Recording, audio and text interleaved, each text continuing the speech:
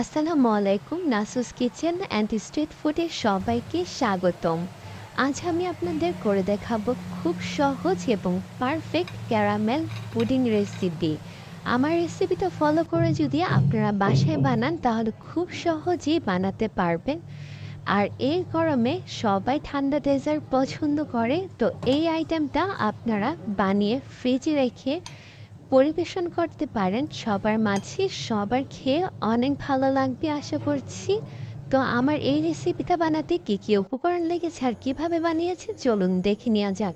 প্রথমেই আমি চুলায় 1 কেজি পরিমাণ দুধ বসিয়ে দিয়েছি জাল হওয়ার জন্য।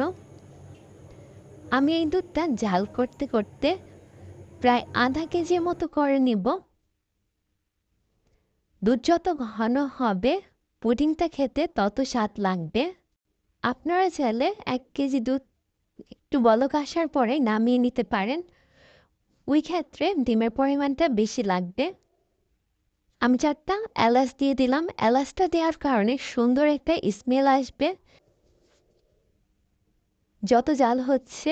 আর আমি কিন্তু একদমই নাড়া বন্ধ করিনি, নাড়ছি। নাড়তে নাড়তে আস্তে আস্তে শুকিয়ে আসছে। কোনো ধরনের কোনো সর পড়তে দেওয়া যাবে না। সর পড়ে গেলে তখন কিন্তু পুডিংটা ভালো হবে না। এ পর্যায়ে আমি আধা কাপ পরিমাণ চিনি দিয়ে দিলাম। মিষ্টি যে যেমন খাবেন ওই রকম দিয়ে নেবেন। এই দুধটা এবার কিন্তু আধা কেজি হয়ে গেছে, তো আমি চুলা থেকে নামিয়ে ঠান্ডা হতে দিলাম।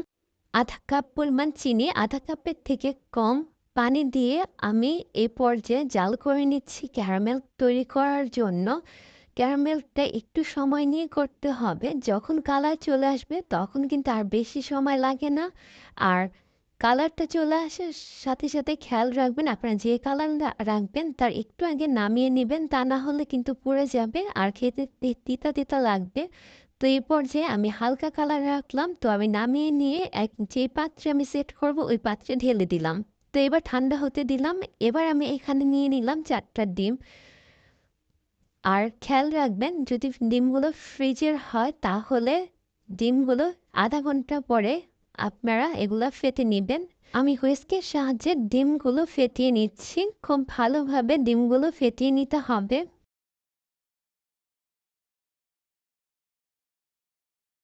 ফেটিয়ে নেওয়া হয়ে গেছে। এবার আমি দুধের সাথে মিক্সড করে নিলাম। ভালোভাবে মিক্সড করে নিচ্ছি। আমার মিক্সড করা হয়ে গেছে। এবার আমি যে পাত্রটার মধ্যে পুডিং বসাবো ওই পাত্রের মধ্যে ছাঁকনির সাহায্যে দুধটা ঢেলে দিচ্ছি, যাতে ছাঁকনির সাহায্যে ঢালার কারণে উপরের লাম্পসগুলা রয়ে গেল আর পুডিংটা সফট হবে। আমি চুলার আঁচ এই পর্যায়ে মিডিয়াম ও তার থেকে কম রেখে পুডিংটা বানাবো। চুলায় আমি একটা পাত্র বসিয়ে দিয়েছি, তার মধ্যে টাওয়াল দিয়ে দিয়েছি। টাওয়াল দিয়ে তার মধ্যে আমি অর্ধেকেরও কম পরিমাণ পানি দিয়ে ঢেকে দিলাম প্রায় 30 মিনিটের জন্য।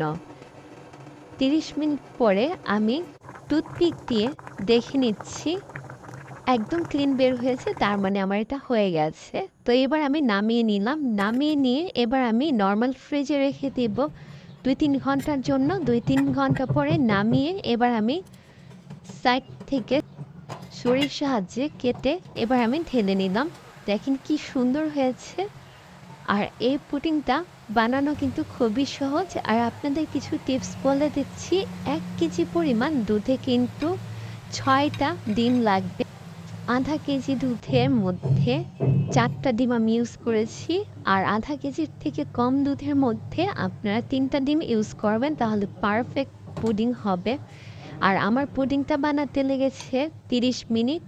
আপনাদের কম বেশি একটু লাগতে পারে। আর এই পর্যায়ে টুথপিক দিয়ে আমি একবার দেখে নিয়েছিলাম, যখন আমার টুথপিকটা একদম ক্লিন বের হয়েছে তখনই কিন্তু হয়ে গিয়েছিল। আপনারা টুথপিক দেওয়ার পর যদি দেখেন যে ক্লিন না, তাহলে আবারও 5-6 মিনিটের জন্য রেখে দিবেন। তারপর আমার মতো করে এভাবে বের করে পরিবেশন করে নেবেন ফ্রিজে রেখে। কত সুন্দর হয়েছে পুডিংটা। আর আমার এই রেসিপিটা কেমন লাগলো জানাবেন। আজ এখানে বিদায় নিচ্ছি। আল্লাহ হাফেজ।